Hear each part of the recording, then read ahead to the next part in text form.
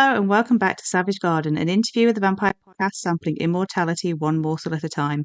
I'm Kat, and I'm once more joined by my companion on this journey into everlasting night, Naomi. And today we're discussing the season 1 finale, The Thing Lay Still, which is, according to IMDb, which we know we take with a pinch of salt, but is the fourth highest rated episode, which I feel we're getting into the right territory with IMDb. They are slowly learning. And this, I think in my head, the pilot is like over an hour. I think it's like an hour and 10 minutes or something. I had in my head that they'd kind of mirrored that with the finale. So again, I kind of settled in waiting for an hour, and it's like 48 minutes, and then it's over, and it just flashes by because I think it feels like it's only like 2 scenes and then it's done. It's this is probably my favorite episode of the entire series. I love the series 2 finale, but there's obviously it requires us to say goodbye to Claudia, which is very devastating. But I think this episode is just superb. It's directed by Alexis Ostrander, who is a female director who has directed a number of television episodes, but this is the only episode of Interview with a Vampire that she has directed so far. She's directed 2 episodes of Mayfair Witches and a wide variety of television, and it's written by Roland Jones, who obviously is the series runner, and Ben Philippe. But it's a phenomenal episode. I love it so much. It's got so many incredible scenes in it, and we start off with some lore, because we start off discussing how in this vampire world vampires can be killed. So we start off saying that they can be killed by starvation, by drinking the blood of the dead, which is how Lestat is killed in the book and in the film adaptation, by fire, and by decapitation. So no stake through the heart, no garlic. Doesn't actually mention sunlight, but obviously we know they can be killed by sunlight. Yes, we know that they can be killed by sunlight, but then the older the vampire, the weaker the sun's power becomes. So as it's we not find out. Yeah. So it's not like the be all and end all. I do find it interesting that Daniel has waited until now to be like, so can you guys be killed? I kind of feel like if I had been, invited to stay long term with a vampire, I want to know how I could protect myself. But Daniel seems to have just been chilling, just like quite happily. Yeah, it probably would have been like on my first day, I'd have been like, guys, so like this is delightful. So just wondering, no reason. Any weaknesses? How do those blinds, tinted blinds work again? Just in case I need to know, in case I need to like direct you towards the windows and direct the sun's light onto you so that I can escape. No, Daniel. Well, what I kind of love about Daniel, as we find at the end of this episode, is he's past the point of caring. So he's invested in the story, but he appears to have a relaxed approach to his own safety and security. Let's put it that way, considering how many times he provokes Louis and Rashid throughout series 1, without perhaps knowing that provoking Rashid is a very, very bad life decision. But he is very relaxed, but he starts off with a little discussion about how vampires can be killed. And we flashback, and this is one of the episodes where I think we spent the most time in flashback with very little cutting to Daniel and Louis in the present day. We have Lestat looking incredibly imperious throughout this. I mean, as he does throughout this episode. And he's got this poor guy sort of elaborately rigged up in their house. He's still alive, and he's pouring the blood from his wrist into a cup, while sort of Louis and Claudia just sit there looking cowed, really. And we show clips of the house. It does show the shot of Louis's coffin with the huge dent in it, which of course it's sort of one of those blink and you'll miss it things, and you're like, oh, okay, why? Because when you first look at it, it just looks like decoration, but that doesn't come into play until much later on in series 2, where we realize what made that particular dent. And there's this iconic shot of them walking the sort of the trio walking towards the camera in like candlelight. And I've seen the behind the scenes clip, and that was achieved by them walking on walking pads in front of the camera, which I thought was very entertaining. And I think the sadness of this episode is that they know, Lestat knows throughout that they're planning to kill him. So they're planning to kill him. He knows they're planning to kill him. Just have a fucking conversation, people. Just talk. Like, how much different would any of this have gone if any of these people were capable of having an adult conversation instead of just scheming and manipulating and everything else their way out of things? Because, I mean, we're at the point where everyone's paranoid, and Lestat is just flat out spinning out throughout this episode. So we get the poor guy who comes to them looking for help, basically, because he's got cancer. And as Claudia puts it, you've come to the wrong house. And it's just that little absolute diva spin out that Lestat has when it's like, well, yeah, obviously you've lived there for 22 years at this point. Did you not think that other people might recognize that you haven't aged?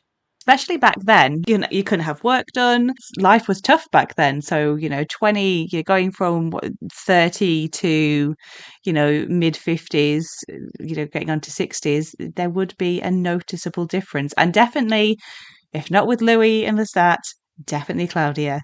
Can't be 14 forever. Yeah, I mean, because I was thinking about this the other day. I was like, I reckon nowadays you could pull it off. Like, I will have lived in my flat for 20 years in December. No one would notice if I was a vampire. It's amazing. I could live here and not age for 22 years. No one's going to notice. I don't notice when the people underneath me move. I had an entire family with a child move in. Did I pay any attention until I suddenly realized, oh my goodness, I can hear a child nonstop? No. So you could probably do it now, but then no, there was no way that they were going to get away. Also, and it's still my favorite thing in the entire world, that Lestat and Louis, and I think this is a key thing, that Lestat is a man who is all vibes, no real plan. That Lestat's plan for making them not be obvious and a source of gossip or intrigue to their neighbors was simply to shut the doors and not go out for years. So all the time Claudia is away, all the time Claudia's been back, they've basically been living in that household.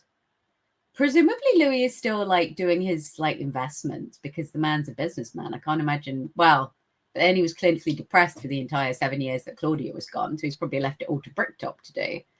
But how did you think that just shutting yourself away for a decade, people weren't going to be like, do they go out? How are they eating? Like, what the fuck is going on? This is before Uber Eats. Yes, exactly. They can't just have food delivered to their door. So yeah, it is like they never come out. What's going on in the house? Deliveroo is never bringing them food. They're never going out. Everyone's calling them the weird brothers. And there's this weird thing throughout where everybody clearly already knows that they're a couple, but is sort of insulting them by calling them weird brothers or all the rest of it. And yeah, I mean, again, I always say that one of the biggest problems, God bless her, Claudia in series 2, is that she's so happy when she bests Lestat, and it's like, oh my God, I have achieved the pinnacle. I'm so incredibly clever. I've done this. Because in her head, Lestat was the big bad villain of her story. And Lestat is an idiotic Labrador that bites occasionally.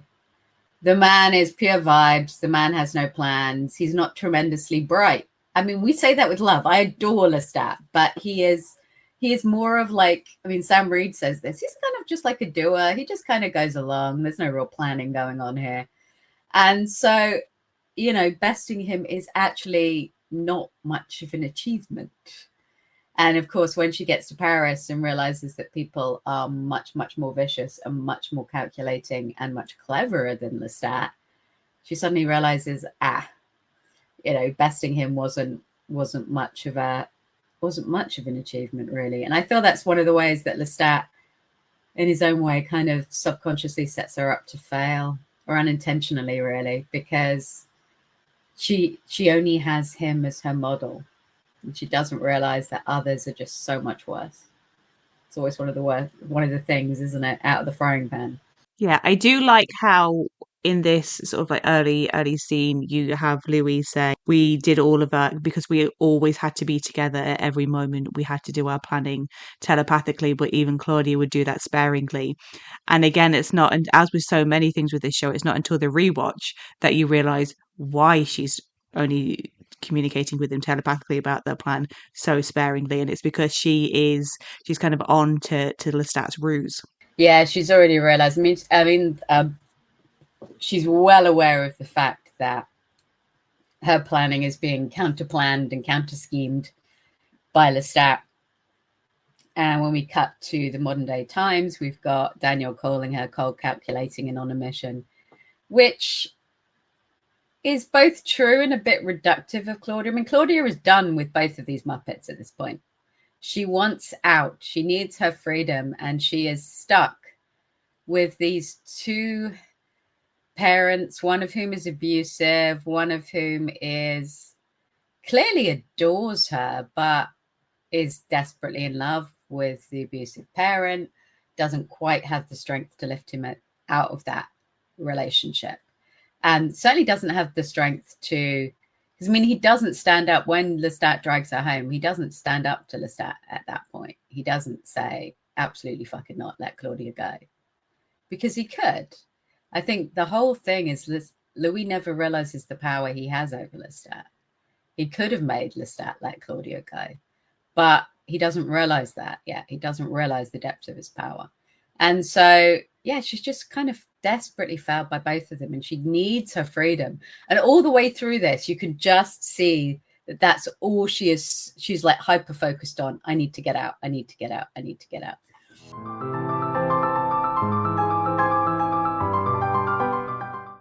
And then we get into the present day where you've got Daniel side-eyeing the fuck out of Rashid all the way through this, which is very, very funny. And then the little clip of them on the bus. I initially thought that they were separated because I'm an idiot, because Claudia didn't want to sit with Lestat, until I realized, of course, Lestat couldn't sit with them on the bus at that time, which is devastating. And this is when Claudia basically suggests honey trapping Lestat. And Louis, I quite like that Louis is almost self-aware enough immediately to be like, no, that's not going to work, because I'm just going to fall hopelessly, wildly in love with him, which of course he does, because he's completely incapable. They're back together. I mean, they purposely dress Lestat throughout this episode. He looks phenomenal throughout. And yeah, Louis just dissolves. And we have that really lovely scene. I mean, it's not a lovely scene because Claudia and Lestat are being utterly vicious to each other all throughout, but it's their last Christmas. Got the last Christmas with Louis setting up the tree. They're talking about where they want to go, and they've decided, well, Lestat decides on Buenos Aires, but Louis mentions Greece, and we get our first reference to those who must be kept, who are the king and queen of the vampires. And I am desperate to see Akasha. Do you have like a fan cast for Akasha? I don't. I think, but that's because I've watched Queen of the Damned, and just Akasha is so ingrained as Alea for me. So I'd be intrigued to see who they do cast and how they dress her, because I think obviously that the look in that film has become so synonymous with the character. But yeah, I mean, I'm guessing, I hope they may go for an unknown. If going unknown, I mean, having just watched Sinners, I can't help but think that one me would be an astonishing Akasha. She would be great. I don't know if they're going to follow Aaliyah's follow the approach of Aaliyah and cast a black actress, or whether they will. I think Akash is meant to be kind of Egyptian. Whether they will go that route. I think an unknown would be good. I suspect he will again look more towards the West End or Broadway to have a theatre actor. But that we don't be needing a white Akasha. That won't work. I hope they don't go that route. I don't think they will. And I don't really have a fan cast at all for her husband or for Marius, actually. I'm going to be intrigued to see what they're doing with William Finkner on Talamasca, because he's clearly a vampire, because we've seen the shots of his nails. And he would be perfect casting for Marius. But whether they're going to go that way or go a different way. Magnus probably isn't a role that actors are particularly falling over themselves to play, because he's like a haunted ghoul.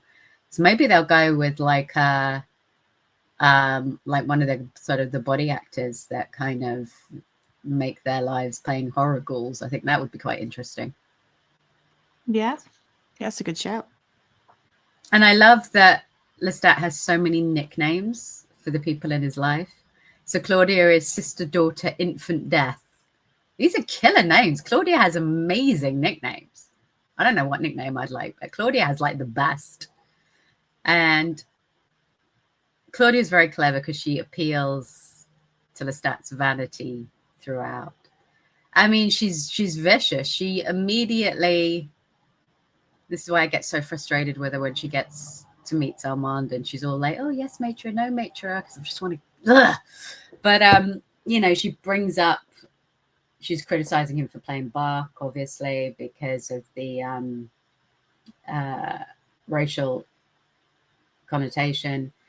And I mean, they're just so unkind to each other, with him saying Bach's beyond you, and they're just being really, really vicious. And then she suggests a big party. And Lestat can't resist a big party. Who can resist a big party? Someone said to me, would you like to throw a Mardi Gras party? I would be like, why, yes.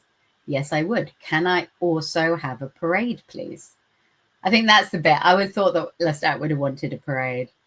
And it takes Lestat a little bit to get on board. And we have the fun clip of them in the cinema where he's what does he say about the Nazis? They're appalling little creatures, but they, was it like they have a good tune or something? They have good tunes? They dress well. They have and good then tailoring something. Yeah, and Claudia says, well-dressed tyrants, where have I seen that before? I mean, Lestat's just not even caring at this point, making a man attack himself in the cinema. I mean, I do have to say, appalling cinema etiquette from our vampire trio. I was 100% on board with the guy shushing them.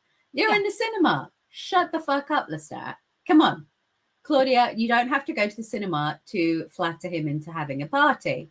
I mean, we know you're monsters, but like, please, a little bit of decorum in the cinema, if you please. Yeah, I mean, this is probably the most monstrous that they have been for me as somebody, who very much enjoys a quiet cinema.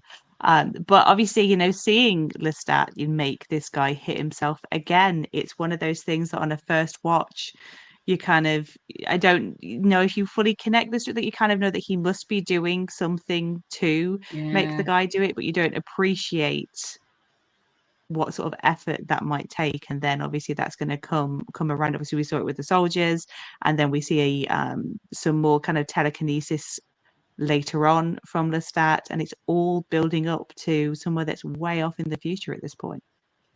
I know there's so much like the dent in the coffin. They put, I mean, the depth of planning of Roland Jones to have sat down and been like, right, in this episode I need this tiny little sign mark, I need a reference to, I mean, those who must be kept is not referenced throughout the entirety of the second series.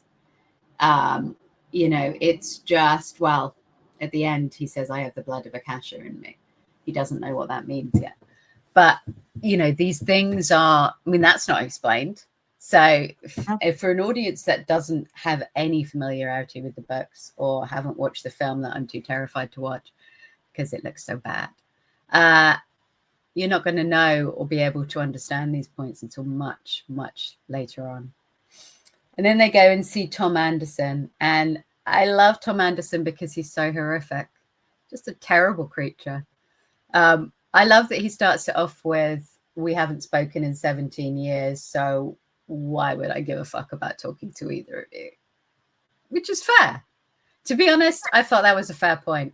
You can't just pitch up after 17 years looking exactly the same and be like, hey, Tom, you want to help me out? Crazy.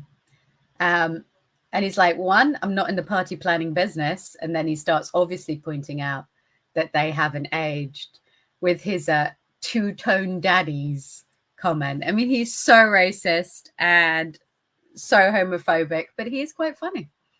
There's no way of getting away from it. He's a very entertaining man in his horrific way. And they propose the big Mardi Gras party.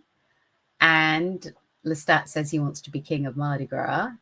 And Tom immediately mocks him, which, of course, comes very much into play later on. And then they just bribe him. They just bribe him. They give him a new pretty boat, if he will sort in a month a Mardi Gras party for them. And he's like, oh, before I set up on this like reputation destroying ploy, where did you meet the devil and what are the terms of the agreement? Louis just smiles at him, which I like. But obviously at this point, like everyone is aware. I mean, they've overstayed their welcome by a crazy degree, because even the 3 years that Lestat was away, Louis and Claudia didn't leave that flat. And particularly if Claudia was feeding Louis animals during that time, because she brings like a goat in, doesn't she, at one point? Like, people must have been aware of all of this. Like, why are they buying goats? What are they doing? You know that everyone thought that they were into witchcraft and all kinds of things. Just crazy. Especially with the animals, because obviously a lot of like hoodoo and voodoo, sacrifices, involve like the blood of an animal and that. So yeah, they definitely, I don't think any of them particularly were thinking vampire, but given it's New Orleans, which is, well known for its ties to hoodoo and things, they were definitely thinking that they were practicing some dark art to keep themselves remaining young. Yeah, absolutely. Which is why people were starting to put the sort of the warding circles and everything else outside their house. They'd overstayed by such an extent. And it's, again, I think it just sort of shows it was a deeply toxic relationship, but kind of the depth of their relationship, that it didn't really occur that we really need to leave, because they should have left probably shortly after they got Claudia, to be honest. Definitely they should have left after, well, Grace abandons him and then Claudia comes back. But at that point, they should have gone. And they'd already been there way too long at that stage. But they didn't.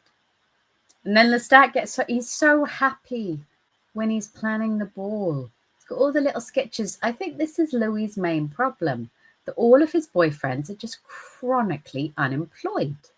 What's he got? He's got this like French total waster who just floats around looking pretty and fucking everything on the side. And then Armand, he's what? Like a pretentious theatre director. That's not a proper job. He's like, occasionally doing plays in which his daughter gets brutally murdered. But other than that, it's not really been tremendously clear what Armand's role has been since Paris. And because we don't get into that, we know that Louis has become an internationally renowned art dealer, but we don't know what Armand has done other than kind of, control him, quietly from the sides. But yeah, I feel like this is the thing. His boyfriends just needed employment. If they'd had gainful employment, life would have been much simpler for Louis. That's all Lestat needed. He needed a job. Keep him entertained. If Lestat had been the head of that Mardi Gras committee, he'd have gone kicked off it and he would have slept with every single member. But if he'd been on that committee, imagine the peace that Louis would have had year on year. because he would have just been around there terrorizing everybody for his particular vision. It would have been amazing. This was the crux of the issue. Louis should have found something to keep him entertained. Because it's important in any relationship, be it, you know, somebody that you're romantically involved with or even a friend, you have to have your own interests. You have to have your own things outside of one another, because otherwise you just get fed up with one another, as we see to the extreme in this show. You know, if you do absolutely every single thing together, it just must be so exhausting, and you just run out of things to say to one another and stuff. So yeah, I think, you know, if Lestat had some more extracurricular activities other than sleeping with Antoinette, that, you know, they would have given them, they could go and do their own thing, they could come back, they could have a chat, and it would have been a bit more healthy. Yeah, I mean, those 7 years that Claudia is gone, they are in the same room, not talking to each other. Lestat presumably playing the piano occasionally, Louis scouring the newspapers for signs of Claudia's whereabouts, while she, as we pointed out, she does ignore him during those entire 7 years. She ignores all telepathic communication from him, and unfortunately and horrifically, that's what brings Bruce to her, which is awful and must have been contributed so much to Louis' guilt over the situation. But yeah, they're just together. You can't do that. I mean, I would have murdered Lestat in probably 5 months. They would get to a point where the mere presence would have driven me clinically insane. He's too diva. He's too big. He needs a job. I'd be like, just go find something to fucking do. That is not Antoinette. Man is a nightmare. And so this is where we get Claudia sets out what is supposedly the plan, which is that they are going to sort of get the great and the good of New Orleans, and they're going to take them aside and offer them eternal life. And meanwhile, she is going to poison one of the people with laudanum and arsenic for Lestat to scoff.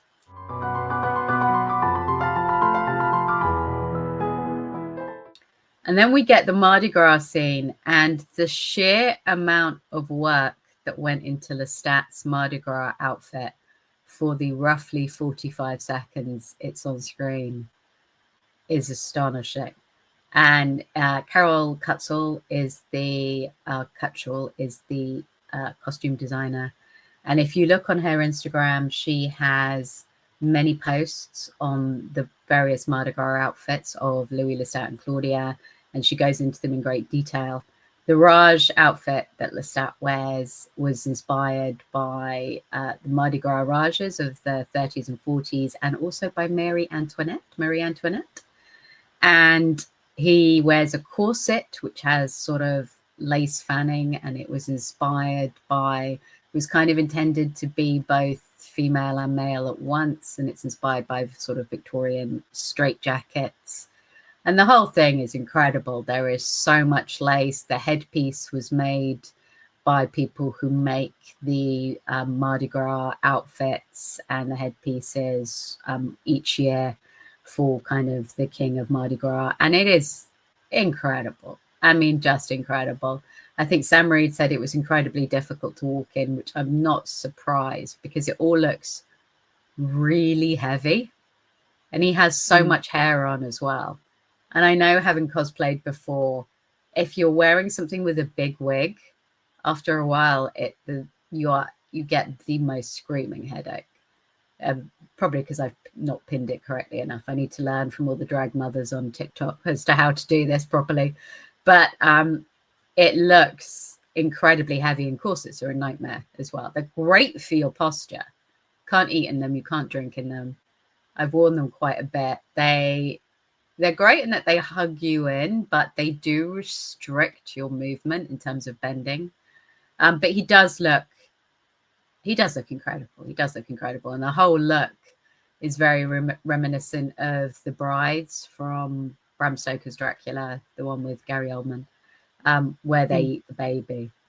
But yeah, all of that work for 45 seconds of screen time. I mean, Carol, my friend, I hail to thee. I am desperate to talk to her. I really want her to come on the podcast, because I really want to talk about the costumes, because it is truly, truly beautiful work. And I've said this before, but I don't think any man in the history of the world has looked more beautiful than Jacob Anderson in that Mardi Gras outfit. Yeah, all of the costumes in this scene they all look absolutely incredible. But yeah, Jacob especially. Jacob looks, there is just something about the sort of the off-white with his coloring and the silver mask, and particularly if you bear in mind that none of them can see out of the contacts properly.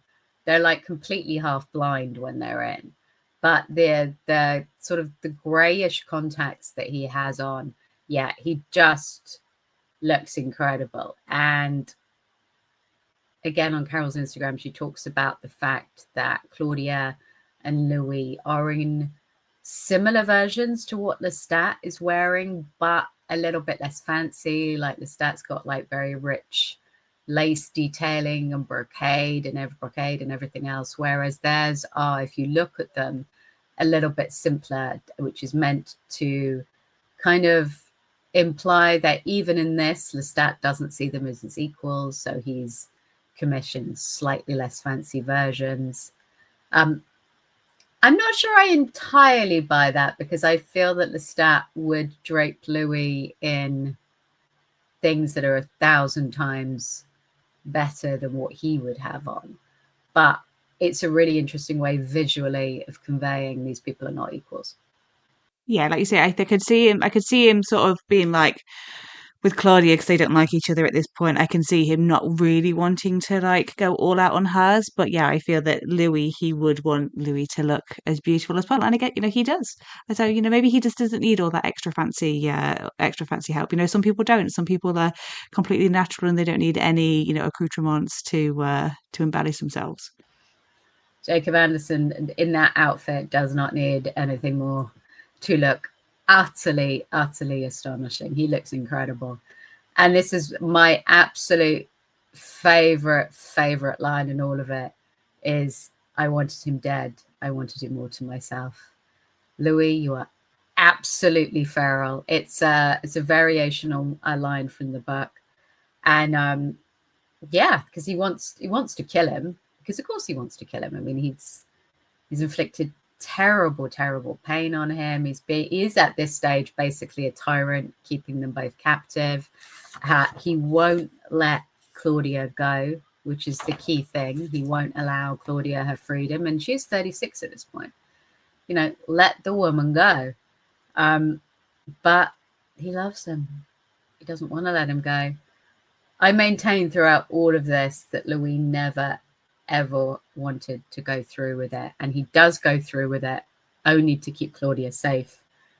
And there is that, and I think Jacob Anderson plays it very well. There is this slight bubbling resentment to that, which plays out throughout the entirety of the second series, because you can love and adore someone and still feel that resentment towards them, because while there is no question whatsoever that Lestat needed to die at the end of this episode, that still doesn't mean that he wanted to give up his husband for a life with Claudia. That's a very different thing. But there was no choice. There was absolutely no way that Claudia could be free if Lestat, at this time and in this way, having learned absolutely fucking nothing, there was no other way it could be.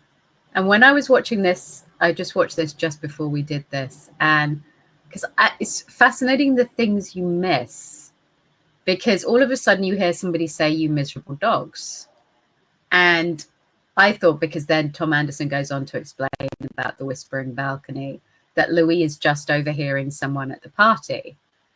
I just realized that at that point he is hearing Antoinette. Yeah. Because he mistakes it for Claudia, doesn't he? He says, what are you doing talking about dogs? And she's like, I'm not talking about dogs. I'm not very sharp, guys. I apologize. This is great. I'm like the ideal viewer. I'm just not very quick on the first watch. I only catch things sometimes. But yeah, this is Antoinette at the party, utterly furious with Louis and Claudia because she knows what they're planning and letting that slip, which is a huge slip, Antoinette. Jesus Christ, you are not a fucking secret agent, girl. But yeah, she lets it slip, and Louis confuses her with Claudia. And then bumps into Tom Anderson again, who is just a terrible human being. What does he call them? And apologies for the language. Fag, pederast, satanic duo. Gee, Tom, why don't you tell them what you really think? They just bought you a boat. They're going away. You can afford to be a little bit gracious at the party. They've just bought you a massive boat. If you think they're satanic, why would you not just keep your mouth shut? Exactly. Racist bigots be racist bigots. So he just can't help himself. And Louis is like, yeah, you should absolutely come to our magical party afterwards where we're going to tell you about the secrets of eternity and kill you. But you don't know that yet. And then we get the balcony scene. And because I am a sap, the balcony scene makes me cry. I think it's absolutely beautiful. Obviously, the balcony setting reminds you of Romeo and Juliet as well. And it's just such an incredibly beautiful scene. We've already had, like, the scene where he says, I wanted him dead. Like, the intimacy between these two actors, when they're only really looking at the camera at that point. They're just looking flat out at the camera and conveying it. I mean, the sense of intimacy is insane.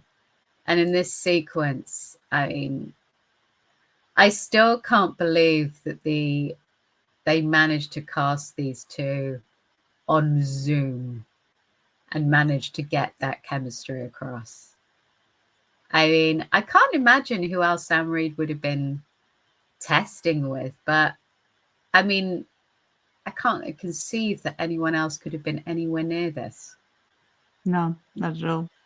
And there is one interview, and this is really sad because I read these things and remember that Jacob Anderson gave to a random women's magazine, maybe Reid, where he says he blew the last audition, the last read, and then the director convinced Roland to give him another chance. And I was like, I don't know how. Maybe he just played it in a completely different way because he is so obviously completely perfect for this role. And we do have to give a shout out to Jacob Anderson because this isn't the kind of show that gets awards, unfortunately. And I know that you could give a TED talk about how genre is just not appreciated. For those listening, Kat does a huge amount. She's an incredible force in the horror community reviewing horror films, and they just don't get the due that they deserve. No, not at all. And yeah, this is a genre adjacent show, even though the vampire side of it is for the most part kept in the background and it's much more about the relationships between the characters. Even that's too genre for awards people, and yeah, just doesn't it gets the occasional nomination, but never gets its flowers. Yeah, it never gets its due. I mean, Mikey Madison in Anora was incredible, but Demi Moore in The Substance was an astonishing vanity-free performance, an absolute tour de force of, vulnerability and comedic prowess. And she didn't get the Oscar, did she? Same as Toni Collette for Hereditary, Lupita Nyong'o for Us. There are so many examples of incredible genre performances.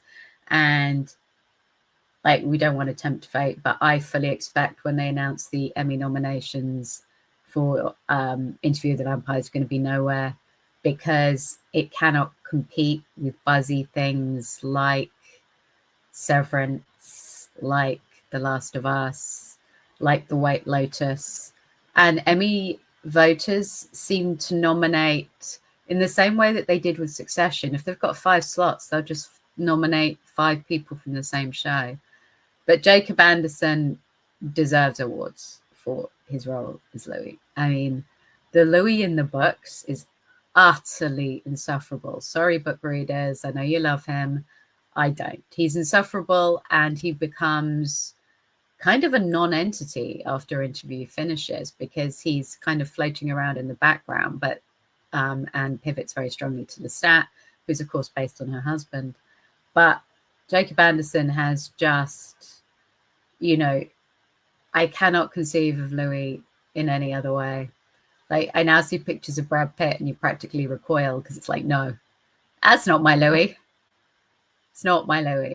His performance is so good that you completely forget that Brad Pitt performance even existed. I mean, it wasn't particularly great anyway, but it was very much tied in with the book of like the moany, moping, whiny Louis, and the fact that Jacob Anderson has managed to make the character much more than that is just the fact that now that the Brad Pitt one doesn't exist. I mean, Tom Cruise's Lestat still does to a degree, but that's just because it was Tom Cruise going full diva, which is something that he hasn't really done since. But again, Sam Reid blows him out the water. I mean, the film is a very, very faithful adaptation of the book and should be respected as such. And obviously it's Neil Jordan, who is an incredible director. And it is an anomaly within Tom Cruise's career in that it is very, well, as homoerotic as you can get when you are playing opposite Brad Pitt, who was giving it absolutely nothing. I mean, I have my own issues with Brad Pitt, given the FBI recordings of what transpired on the private jet with him and Angelina. But, he has gone on to give very fine performances in recent times, particularly his Oscar-winning performance in Once Upon a Time in Hollywood. But in that particular film, he didn't want to be there. He tried to get out of it. He's giving nothing. And Tom Cruise is very magnetic, given he was acting opposite nothing. So he is a very fine Lestat. Obviously, Sam Reid is. And also, to be fair, it's always hard to compare a film to like 15 episodes or something. Yeah. It's not really tremendously fair, but I do think Sam Reid blows Mr. Cruise out of the water. But it is still a very good, very fine Lestat. But yeah, Jacob Anderson, incredible work. And the balcony scene is just beautiful when Lestat is talking about, I'm going to miss this place. I'm going to miss the fierce wilderness. And when he says desperately alive and desperately fragile, all he's talking about is Louis. And I think at that point, he knows he's lost Louis. He knows no matter what happens next, Louis is gone from him. Because he knows throughout this entire episode that they're planning to kill him. And at this point, he knows precisely how they're planning to kill him. What he just doesn't realize is that Claudia is clever enough to have outmatched him. But he knows they're not going to Buenos Aires. He knows Louis is not getting on a plane with them. He knows he's lost him. Whether he knows at this point that he fucking deserves that is another matter. I would say probably not. But he is distraught on that balcony. And of course, Louis is just completely enraptured. And it's just desperately sad because they love each other. But at that time, they should never, ever have been together. No. One of the things I am desperate to see is how they reconnect in the modern world, because it's a very different Louis. It's a very strong, very self-aware, very confident Louis, whereas Lestat hasn't had that period of growth. It's that period of deep self-reflection and sorrow, but he will still be, slightly where he was. So it will be really interesting to see how they reconnect. And that's when they agreed to one last dance before the feast. And this is my favorite scene in the whole show, where they dance with each other. I think it's absolutely beautiful. The level of chemistry is insane. You almost can't watch it. It's so intimate. You almost want to hide your eyes and look away, because you kind of don't want to intrude. And it's the only time in New Orleans that they ever get to be together in public and be themselves. And that's desperately sad.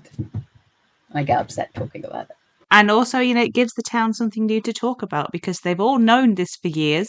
They've all known that, these are, their husbands, but this is finally that confirmation, which seems to horrify them, despite the fact that they all knew it anyway. It's obviously that difference between, knowing and seeing. And, there is that, because of, again, the time that the story is set, there is that repulsion to seeing the two men. And I think Claudia realizes where this could be heading, and so she, quickly, to keep the plan on track, she steps in and sort of takes over that dance. And it's sad that, not only is it their only time being like sort of out and proud together, it also has to get cut short because of the bigots around them. Yeah, it's such a beautiful moment, and they are surrounded by such incredible ugliness. And I mean, you said about the time, but even now, like, I will hear from like so many people who'll be like, "Oh, well, I don't care about that. I don't mind what people do in the privacy of their own homes, but like, do they have to do it in front of me? Do they have to flaunt it? Do they have to, that is still, we have to be really honest, a really prevailing thing, which is that, well, I don't care that you're gay. I don't care that you're married. I don't care that you have a husband, but I don't want to see you dancing with that husband or kissing that husband or holding that husband's hand, because, oh my God, my delicate sensibilities, you're doing it in front of me. You're flaunting your sexuality. And I have heard that much more than I would care to from people that I would not otherwise have thought were that kind of person. So yeah, it is the only time they get to be themselves. It's the first time Louis fully, publicly, openly owns who he is, having been closeted for so long before he met Lestat. And the kiss in that scene is insane. You do want to avert your eyes, because it's like, no, this is way too private a moment. And yes, surrounded by the profound ugliness of everyone gasping, couple leave, and Tom Anderson, because he is, as we've already established, the worst, just starts laughing at them. Just full on starts. I mean, he already knows, but he finds the thought of them doing this in front of him hilarious. And yeah, Claudia intervenes because she knows that Louis is not remotely on track at this point, and actually bites him to force him to go through with it. I mean, she had no choice. Like, Claudia is, as I said, she's on a one-track girl during this episode. She wants out. She wants free. She wants to go find other vampires. She is done. I mean, imagine being 36 and still living at home with your parents and basically having a curfew. Can you imagine? You'd go clinically insane. Yeah, you would go clinically insane if you were 36, living at home with two parents who control every aspect of your business, one of whom is abusive to the other parent and has forced you against a wall by your neck and has threatened horrific things to you if you leave the home, and you are just stuck there. The woman wants out. So yes, she has to intervene in the big love affair. So you can't blame her, but it doesn't stop it all being a terrible tragedy. And when you see it's when they now move to the townhouse, so the party's ended, they've taken the great and the good that they're going to eat. I just keep thinking, every time you see them working together, they actually would have been incredible if they could have just put their differences aside and worked together. So they'd have been amazing scammers. When they're trying to sell like the fountain of life, which is supposedly in the bowl, and it's not really any surprise that Tom Anderson is the one that dives for it first. Like, they were convincing. Like, they would have a killer time as modern day TikTok influencers. One of the things I desperately want them to do in series 3 is Lestat on social media, because the man's going to be a nightmare.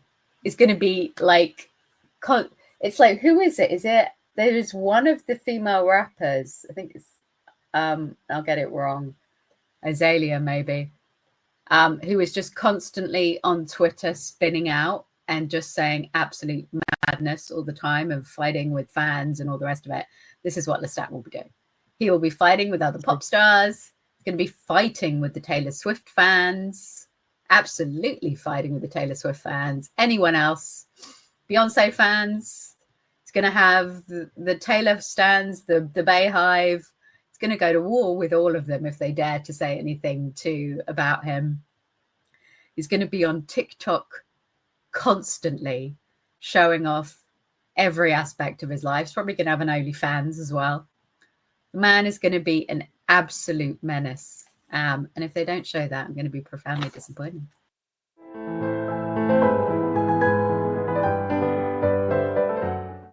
And then we get probably like the main, I suppose, horror sequence. Probably the entire series. Yeah.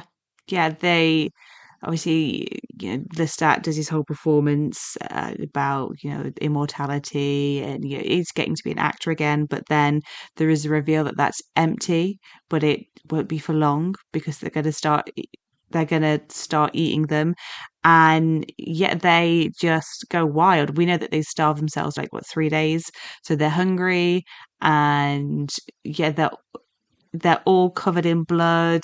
Claudia rips somebody's eyeball out. We get properly into horror territory, which is something that, as I said earlier, although this is a genre adjacent sort of show, it does keep the vampirism more to the background. But this scene is one, I think, even, going on from what we see in series 2, this is the big vampire as people think of vampire scenes, of them just chasing down terrorized people and ripping them to shreds, forgetting, of course, that these are some of the worst people that interacted with them. Louis rips somebody's jaw off. Yes. What the fuck, Louis? So Lestat immediately, because I imagine he's been waiting to do it for years, kills Tom Anderson because, the insult to him, but the man's insulted Louis for years, so he had to die. But yeah, the first thing Louis does, he doesn't, Lestat goes for the blood and Claudia goes for the blood. Louis, nope. He just goes for the guy, rips with his hand and rips his jaw off. Just absolutely feral, granguinol, full. And then, of course, you've got, and it is slightly silly, and Jacob Anderson on Graham Norton said he was the one that realized that in order to have the fangs come out, he sort of hissed. So they all sort of hiss like cats. And you can sort of tell that Sam's not really into it.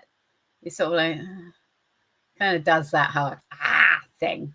And then they all start going and killing everybody.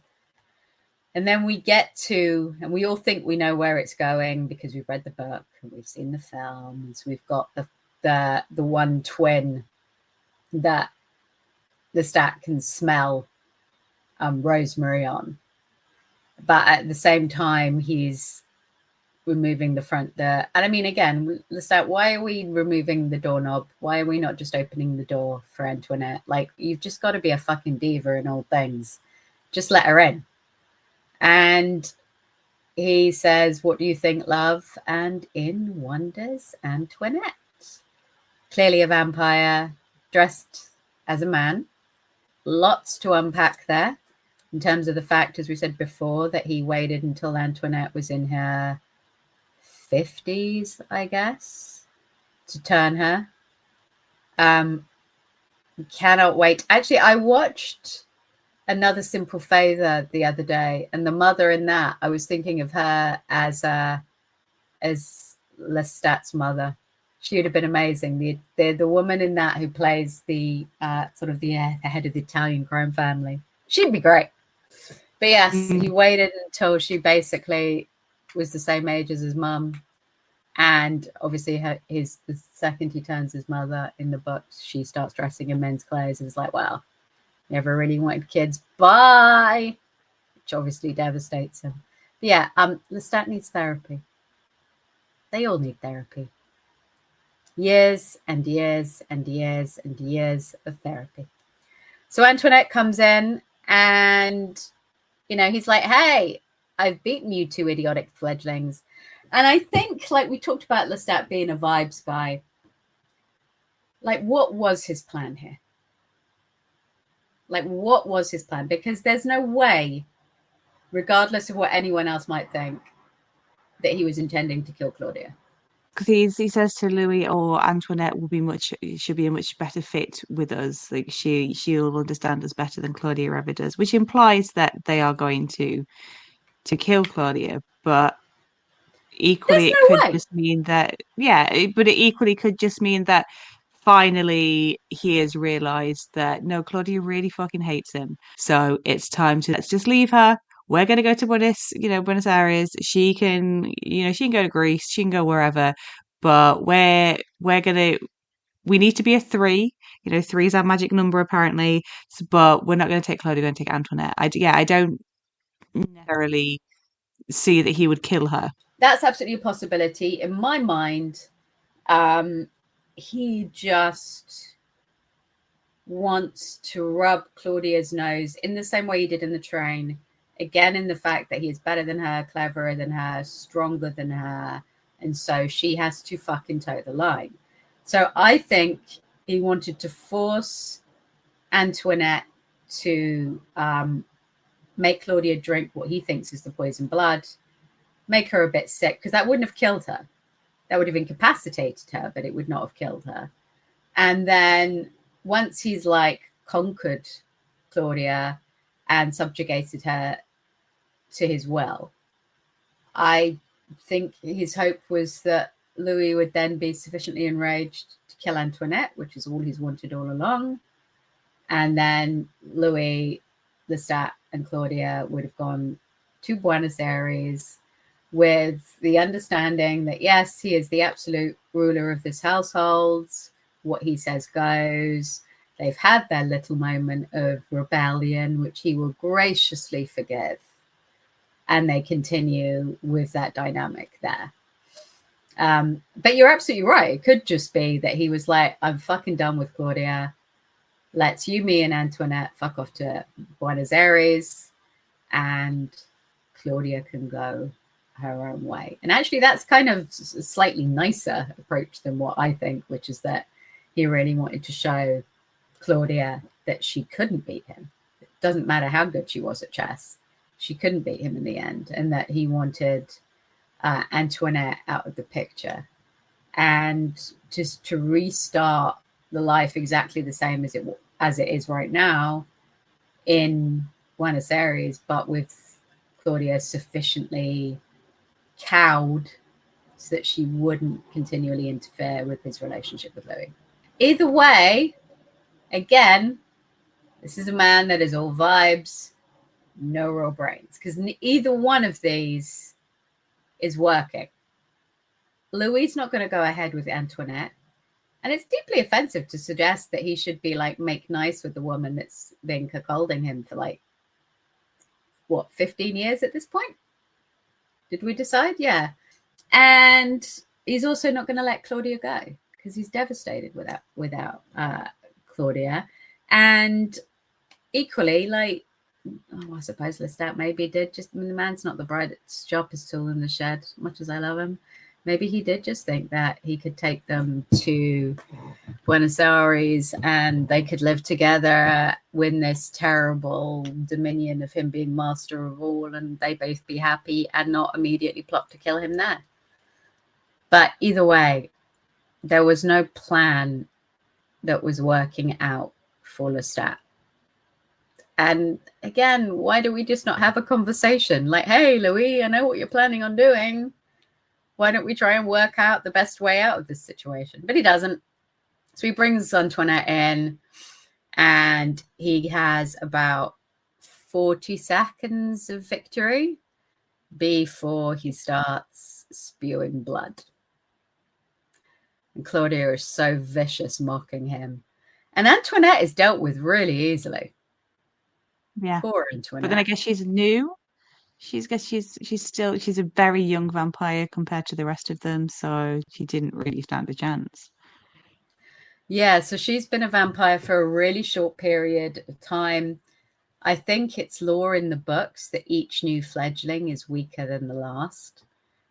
Claudia is weak because she was a child when she was turned. And I also wonder whether there is some element of I don't know whether they intended it, but was Antoinette made with love? Louis and Claudia were, regardless of, Claudia was made very selfishly, but she was made because of Lestat's love for Louis, whereas Antoinette is turned to be useful for a brief period of time, because I just don't believe that he cared enough about Antoinette to keep her. So, yeah, poor thing is weak instantly, and I mean instantly bested by Claudia. And this is what worries me. If I was to be turned into a vampire, I'm like, how long would I last? Would a vampire hunter come through the door?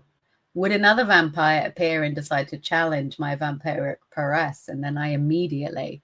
Can you imagine being turned into a vampire, and then the first time you have to do anything cool as a vampire, you get immediately bested by a grumpy 12-year-old? Yeah. You have to feel for she's just so tragic. Just everything about poor Antoinette. She's just been led on and used. And then when she finally gets what she wants, it's immediately over. It's immediately over. And her end is horrific. They chuck her in the crappy incinerator, in which they chuck everybody that they don't care about, because everyone who goes in that incinerator means nothing to them. They chuck her in there to be burned alive. Antoinette. Again, obviously, she chose to be with a man that, even if she wasn't willing to entertain the fact that Louis was his husband, she went with Lestat knowing full well that he loved Louis. She knows, if we assume that, as we discover that she's been following them from before, and so she is the one that told Lestat about Claudia leaving. So she's been listening to Louis throughout all this time, and we know that Louis is very bad at shielding his thoughts. So she knows how in love Louis is with Lestat. She knows that. That's why she reacts at the party. But she's fully aware that she is in this relatively one-sided relationship. If I'm in bed with a dude and someone else shows up and I get kicked out of my house, that's it. I'm going on a revenge spree. I'm killing them both. I'm stealing their money, and then I'm leaving home. But yeah, she gets kicked out of her own house. And presumably after that, the makeup from Lestat, the way he presumably made it up to her, was by turning her. Yeah. But she let her own finger be cut off. Antoinette, sweetheart, what are we doing here? And I get that she was a lounge singer with very minimal prospects. And presumably for that time, Lestat was rich. The man had seemingly limitless cash. If they could just buy a brand new ship, even then. Lestat's got money. So I get that from her point of view. You don't necessarily want to part, girls got to make a living. We've all got to bet that women had to be very practical at that time. And that came with their love affairs and their matches as well. So I get that she perhaps didn't necessarily want to move away from the man that was funding her lifestyle. Although she was, she was an employed singer, so she could clearly have gotten work that way. Because Lestat doesn't appear to have done anything to have assisted her career. But,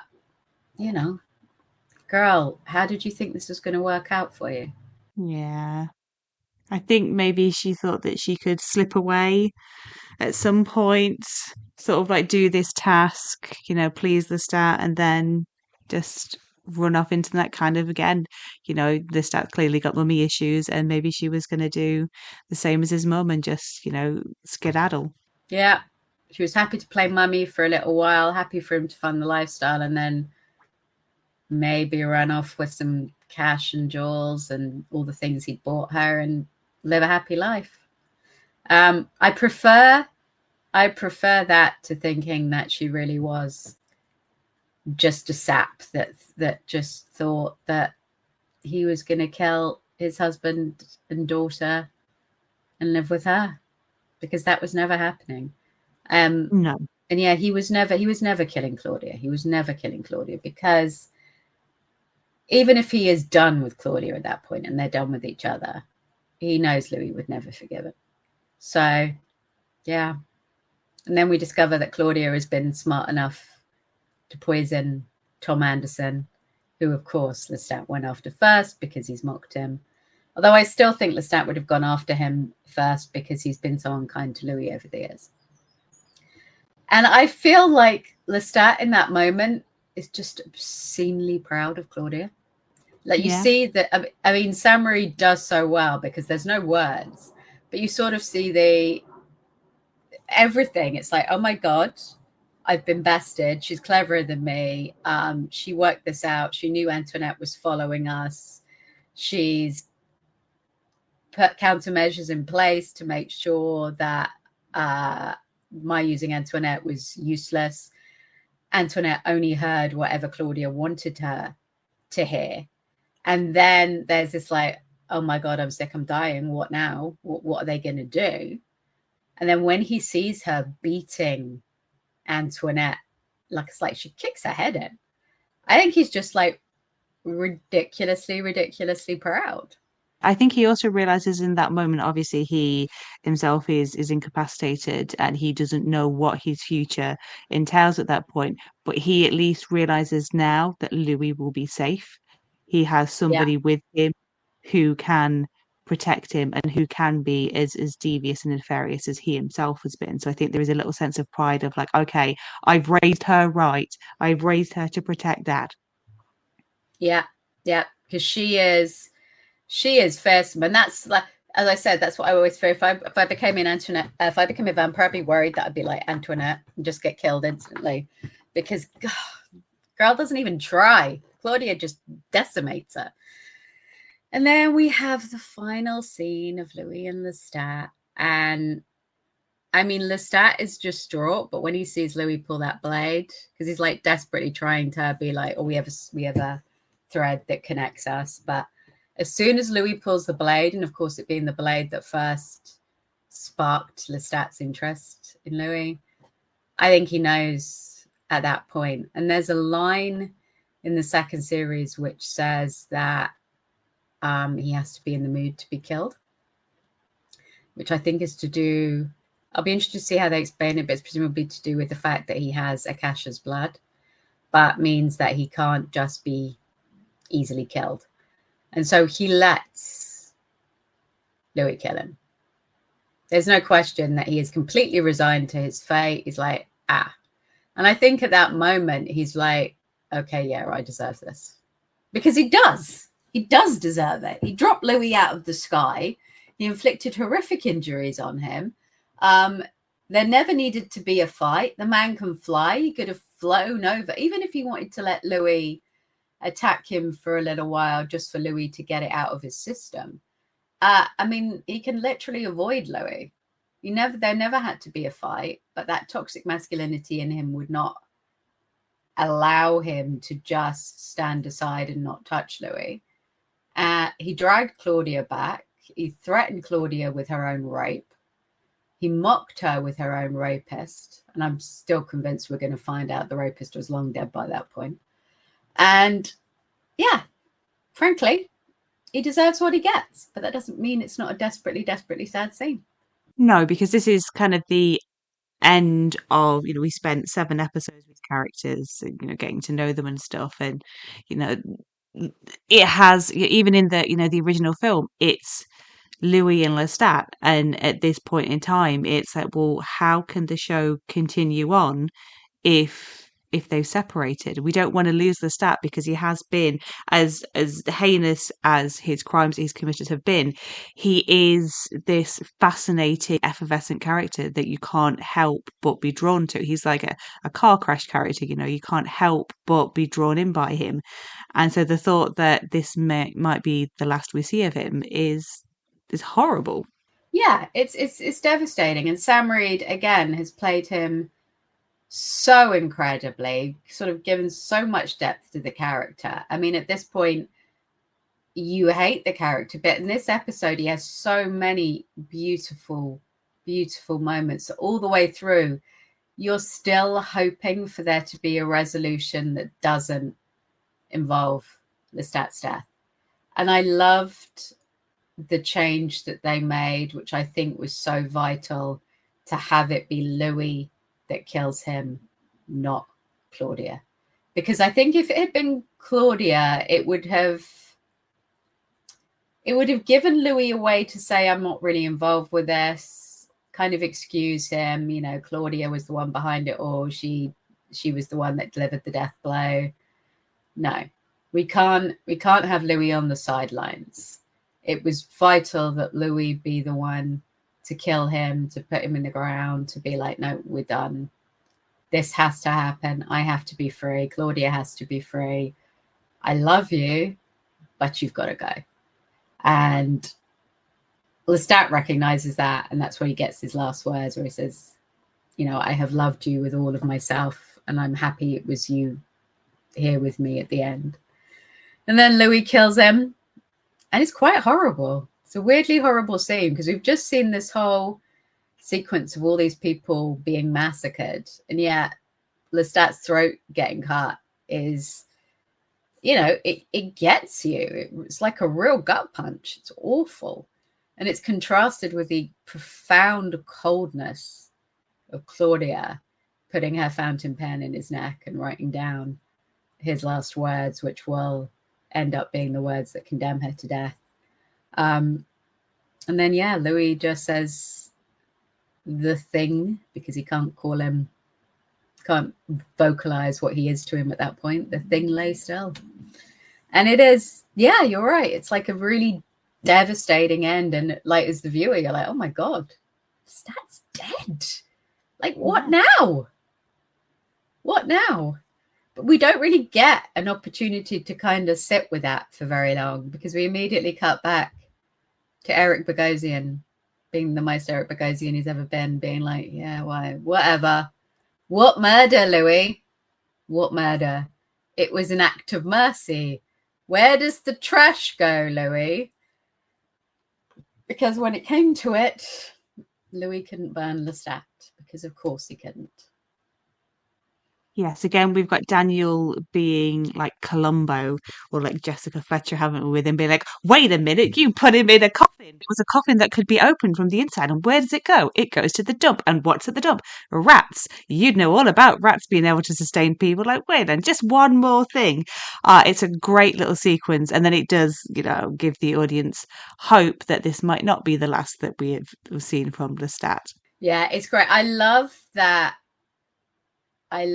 Daniel is there in this sort of almost detective capacity, and he just won't allow Louis to bullshit him and to kind of, you know, downplay his part in anything, because yeah, he couldn't burn him. Of course he couldn't burn him. And Claudia is furious that he couldn't burn him, because can't put him in the incinerator where all the other nameless victims go. This is the man he loves. Of course he couldn't burn him. I mean, what a horrific, horrific thing to do. So yeah, he puts him in a trunk, a thick, heavy trunk that they were intending to cross the ocean in. So he knows it's going to be fairly solid and withstand the test of time. It can be opened from the inside. It can be locked from the inside. So that anyone outside who might be like doing a bit of trash dumping or like searching is not going to be able to open it. And he leaves him to go to a place where there are many, many, many rats that can sustain him. And we see a little glimpse of this like very withered hand flicking out to grab a rat. And of course, in the sequence where we then flash back to Louis making it clear, he grabs Claudia by the throat. Claudia has just been so dismally failed by every man that she meets in her life. They have all like touched her, abused her in some way. like the whole fight was because Lestat grabbed her by the throat. And then when it comes to it, Louis does exactly the same thing. I'm kind of impressed that when we get into series 2, we don't start it with Claudia having already ditched Louis, because if I was her, I would be fucking fed up of both of my parents by now. Like, we've managed to get rid of one, but not really. Not really. And Claudia's diaries in series 2 seem to indicate that she truly believes that he's dead, which I guess is part of the law not having been passed on to her sufficiently.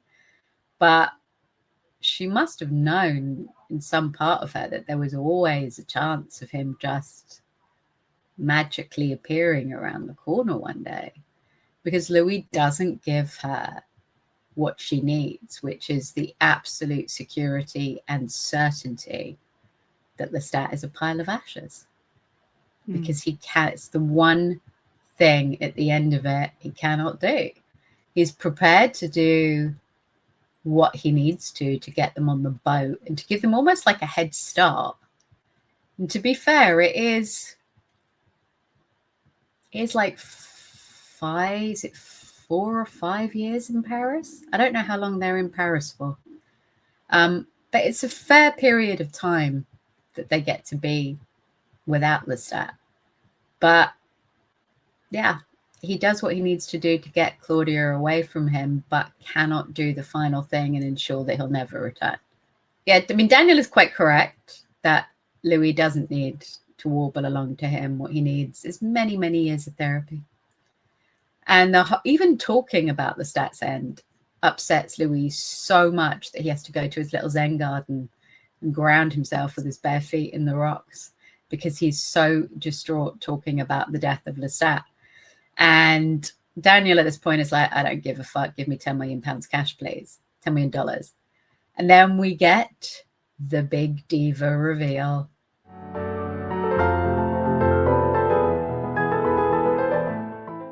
Who's that floating? He starts floating. I'm a little slow, as I said previously. So I'd spent the entire series waiting for Armand, but I figured that they were just going to show him when the action cut to France. So you were smarter than me, and you were obviously side-eyeing Reid the whole way through. I wasn't. I just thought he was a very highly attractive bit part actor. I think I didn't, because I think I watched series 1 and series 2 was still sort of being made when I watched it. I didn't necessarily know.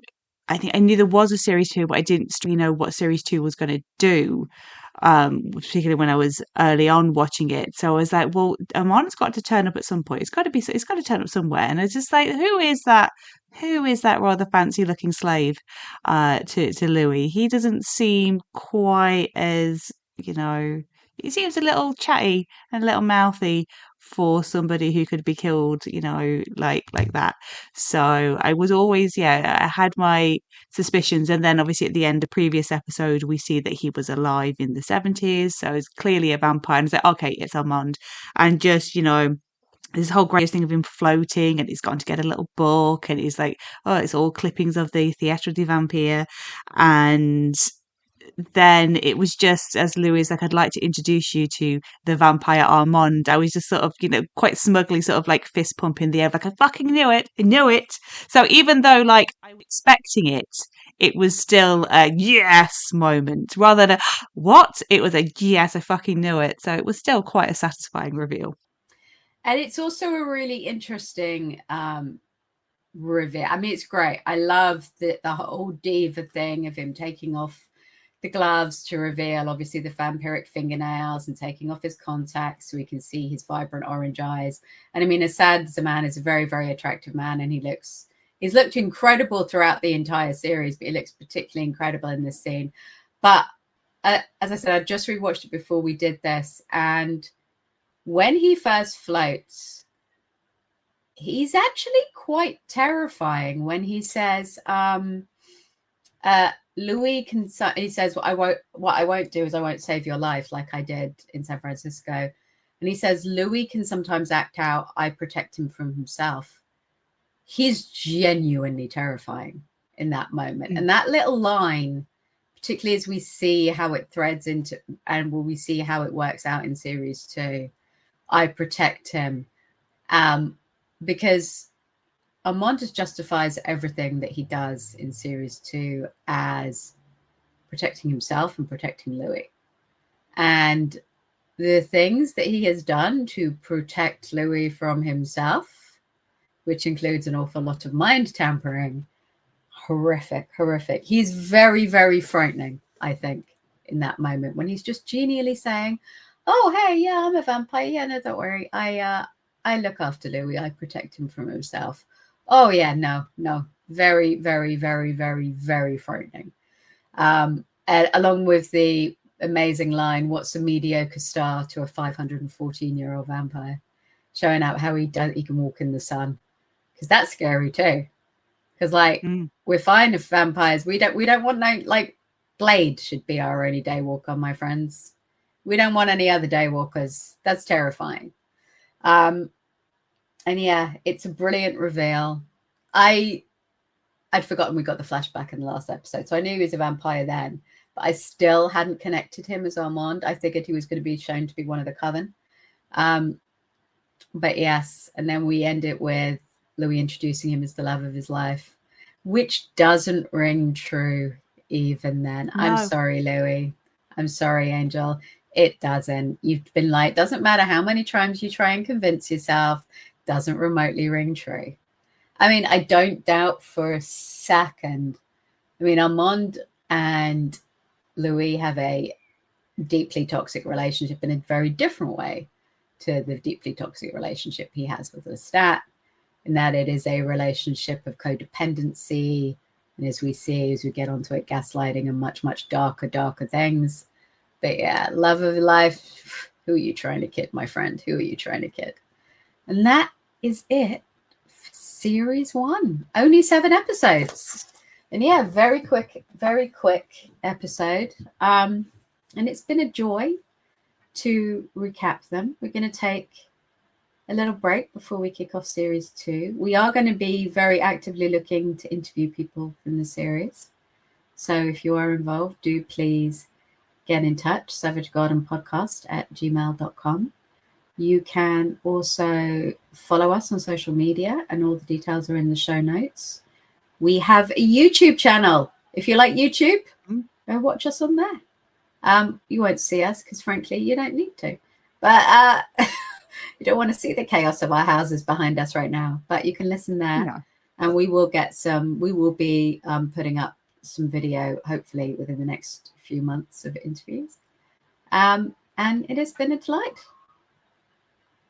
Yeah, I will sort of echo that and say, yeah, that's it for series 1. We're going to go and have a little restorative rest, a little bit like Lestat, and we will go back soon to dip into, well, to do a deep dive. I say dip with these, as I think these episodes have shown.